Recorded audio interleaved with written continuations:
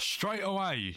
Today, we're going to be talking about Khalil Rountree versus Jamal Hill. Actually, no, not anymore.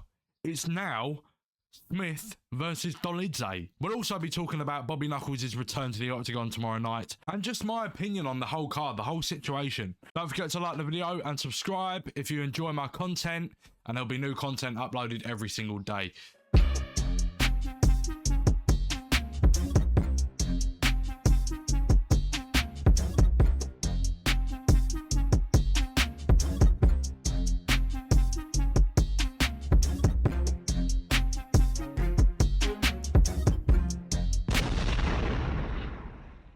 Anyway, guys, I'm so sorry for not uploading any content yesterday. I was out at a concert. I had a busy day. I went to Foo Fighters. It was fucking unreal. But look, I've got a lot to talk about today, and it's something that is actually quite intrigued me because I have no clue what's going on right now. Basically, Jamal Hill versus Khalil Rountree Jr. has now turned into Smith versus Dolidze. You may be wondering how that's happened. Well, Rountree Jr. pulled out of the fight due to accidentally taking a banned substance. You know, fair play. He had the bollocks to fucking come out and say, I accidentally took a banned substance. Don't know how the fuck he's done it, but whatever. So Rountree's replacement was Oldberg. And then, you'll never guess what happened. Jamal Hill then pulled out due to injury just after Khalil Rountree pulled out. So the replacement for Jamal Hill was Anthony Smith. But guess what? We don't stop there. Oldberg has now pulled out of the fight against Anthony Smith. So now Anthony Smith is fighting Dolidze. What the fuck is going on? So on Jamal Hill's Instagram, he's actually come out with a statement about his injury, which says, 2 tears in my meniscus, sprained my ACL, a Baker cyst that leaked fluid into the back of my knee, and a fusion in some joints. There were actually 3 of these. So I'm presuming he got one of the cysts drained, but they didn't know that there were more than one. And obviously something's happened. Maybe one of them burst or flared up. I mean, I've had a cyst for 3 years, got it removed, and then I've had to have 3 other operations after that. Cysts are no fucking joke, okay? Cysts are pretty hefty things, and they just keep coming back if not removed properly. And also, you run the risk of, if they burst, it can be pretty fucking bad. It's just a build-up of shit, fluid, poison, pus. It's not good. And then you can also risk, you know, things like getting sepsis and all other shit like that, so, and infections, so it's not good. He made the right call, essentially. So it also says it's unknown if the meniscus tears in Hill's knee could potentially require surgery, although it appears based on the language of his message that he may avoid going under the knife for this particular injury. Meniscus tears are judged by the grade of the injury, and many less severe tears typically need rest and rehabilitation rather than surgery. Yeah, so I get that. Undergoing an operation on your knee and stuff like that is pretty like major stuff. Whether you heal properly from it after, you know, it's not guaranteed, I don't think. I know that sometimes after tears and your ACL and stuff, they literally have to rebuild your entire like muscles. You know, I don't know the technical terms for it, but they need to rebuild your knee and everything around your knee. And I mean, after the fight against Glover Teixeira, UFC 285, he was meant to be fighting Yuri Prochazka, and I think he pulled out due to an Achilles tendon injury. It says here he tore his Achilles tendon playing a pickup game of basketball with other fighters during International Fight Week 2023. So he's not new to injury, okay? He's pretty injury prone, it seems like. So that is why Jamal Hill is missing out of UFC 303 against Oldberg. So Jamal Hill's replacement was obviously Anthony Smith, who had just lost previously in his last fight to Khalil Rountree Jr. himself, pretty badly as well. Pretty bad knockout, heavy knockout. Now, I've really been struggling to try and find any information on Carlos Oldberg's injury. It literally doesn't say anywhere. I mean, all I'm finding is just tweets saying this card is cursed. Hey, Brendan Schaub, can you make weight? Brendan Schaub? So in the end, this fight looked very unlikely to happen. They'd have to find a replacement opponent for Anthony Smith on a week's notice. But somehow Uncle Dana has managed to sort this out, and he is bringing Roman Dolidze. Before we go on to the Roman Dolidze replacement, I completely forgot about this.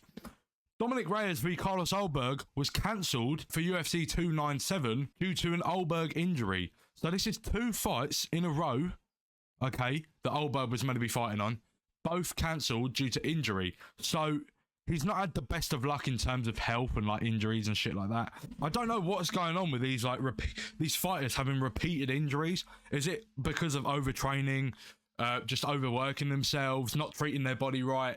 I don't know, but it is actually proving to be quite a big problem in MMA. You know, obviously we saw the McGregor injury and now he's pulled out of the Michael Chandler fight. I think it was due to a broken toe. I've seen some images online of McGregor's pinky toe completely purple. And also there was some speculation online about, there was a photo posted on Father's Day of him and his son, and he had sunglasses on. Underneath the sunglasses, you can see a cut under his eye, or what appears to be a cut. Yeah, so here we go.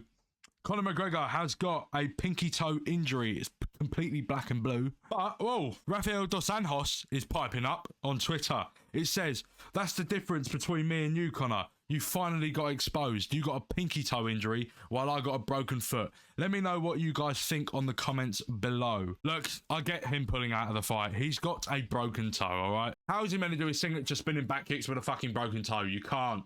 You can't. And I know that obviously this isn't a repeated injury, but obviously John Jones had to pull out of a fight due to injury as well. So we're seeing a lot of injuries in the MMA community, especially in the UFC, a lot of fighters getting injured. And I wonder if there's something that is happening that is causing so many injuries, if you get what I mean. Is there something wrong with fighters' conditioning? Just the way they look after themselves, look after their bodies. Obviously, I'm not an MMA fighter, so I wouldn't know what goes behind the strength and conditioning and the training and stuff like that. But I can imagine it's pretty fucking intense. Anyway, now Roman Dolidze is in for Carlos Ulberg. Now, that is an odd fight for me. Both fighters coming in on short notice. Obviously, Anthony Smith has had a little bit more time to train and prepare himself for that fight than Carlos Ulberg. Then Roman Dolidze. See, it's fucking my brain up, all right? There's too many cancellations and too many fucking fighters pulling out of fights and shit. So yeah, Anthony Smith's had a lot more time to prepare, probably a couple of weeks more, I don't know. So you'd think that Anthony Smith would be a little bit more sharp, a little bit more prepared. It depends on how long they've been training outside of having a fight, do you know what I mean? I know Anthony Smith was probably training anyway, just to get himself prepared for his comeback fight after that Khalil Roundtree loss. So I'm actually very curious to see how that fight goes next weekend. And it'll be a very interesting fight, I think. It'll be very interesting just to see what the outcome is, to see what the both fighters are going to do, because they both haven't had a lot of time to prepare for each other. Anthony Smith has become the replacement for Jamal Hill against Ulberg, so he's obviously training to fight Ulberg. And then Ulberg pulls out, and then Anthony Smith's got to adjust and start training to fight Roman Dolidze. You know, you're preparing yourself to fight this style of fighting, this guy with a different style of fighting, and then a week later you have to start preparing yourself to fight someone completely different to the fighter he was training for before. It reminds me a lot of when Anthony Joshua was preparing to fight Jarrell Miller, and then Jarrell Miller got done for drugs cheating, then Andy Ruiz stepped in. Two very different fighters, you know, and Andy Ruiz stepped in on very short notice, and obviously we know the outcome of that fight. It saddens me still to this day, but we don't care. There he is. There he is, the big dog. The most dangerous heavyweight in the heavyweight division at the moment. I mean, it's not fucking hard, but he's a fucking weapon. Now, on to Bobby Knuckles. I am very excited. Now, for once, I live in the UK. I reside in the UK. And I have to stay up to watch the UFC until about 5:30 in the morning. To 6:30, around that time. I just previously watched Dustin Poirier, Makhachev, and I did a watch-along video. There's about 3 or 4 hours of footage there that I've got to edit. And also, it's not the most entertaining thing because I was like dead quiet because I have family in this house. But I was awake until 6:30 in the morning.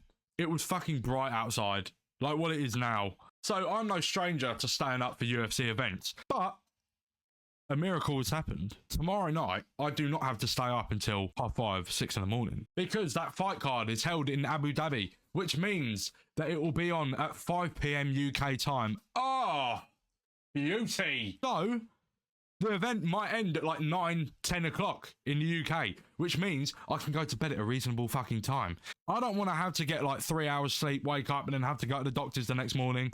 It's not good. It's not good for me. I feel like shit. We need more cards in Abu Dhabi and the UK. And we need to fucking sort out the fucking times that the fight's on in the UK. Don't even want to get started on UFC 305 in Manchester.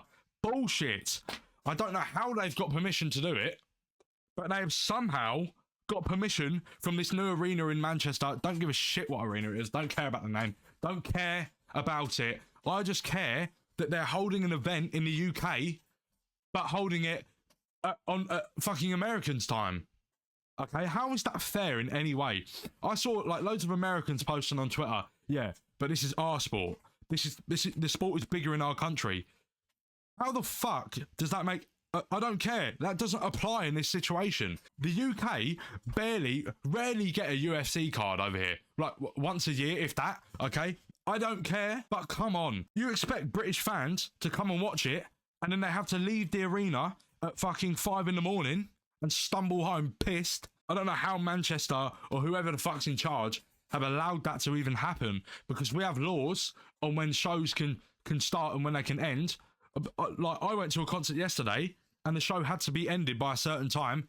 Everyone had to leave by a certain time. I don't understand how that's even been made or how it's even happened, okay? But look, it's unfair on the British fans. We go to watch British fighters, 2 British champions on the same card, main event and co-main event, all right? And we have to still stay up until 5:30, 6 a.m. just to watch them, even though the fight and the event is held in the UK, our home country, just so the American audience can watch 2 British champions, not even from their country, not even American fighters, 2 British fighters, just so they can watch it at their time. What harm would it do to hold the event, start the event at like 6 o'clock in the UK, event ends at like 11, 12. What difference does it make for the Americans? It just means that the Americans will have to watch it at midday at like 12 o'clock and then it ends at like 6 p.m. It makes no difference. It makes no sense. So now the Americans are going to watch it at a suitable time, but we have to watch it while we should be asleep. It makes no sense to me. It makes no sense. It's not fair. It really isn't fair. It's bullshit. Will I still tune into that fight though? Yeah. Yeah, I will. But fucking come on. Let's not make this a regular thing in the UK. If you're going to hold a fucking MMA event in the UK, hold it at a suitable UK time. American promoters in boxing don't come over to the UK and go, yeah, we're going to start the event at about 11 p.m. and finish it at 6 a.m. They don't. They hold it at a suitable time in the UK. Anyway, I'm going to stop because it's just like, it's ridiculous. I don't understand what is going on. Look. The UFC's in a shambles at the moment, boys. Look, it's safe to say it's pissed off the UK audience. It's pissed off UK fans. Why the fuck wouldn't it? But on a more positive note, I get to watch UFC at a normal time tomorrow. And I get to have a fucking booze, mate. And it's going to be good. It's going to be so fun. I'm really looking forward to it. This background will be sorted out soon. I'm going to get rid of one of these. We're going up in the content creation world. Okay? We're getting there. We're building ourselves up. Anyway, guys, if you enjoyed this little rant and this little video today, please don't forget to like this video and subscribe to my channel. And do not forget to follow my Instagram at the NS Combat Specialist AJ. Turn those notification bells on for daily content. You're guaranteed 1 video, but sometimes you'll get 2 videos a day. What? I've been the Not So Combat Specialist because I suck. Fuck Jamal Hill.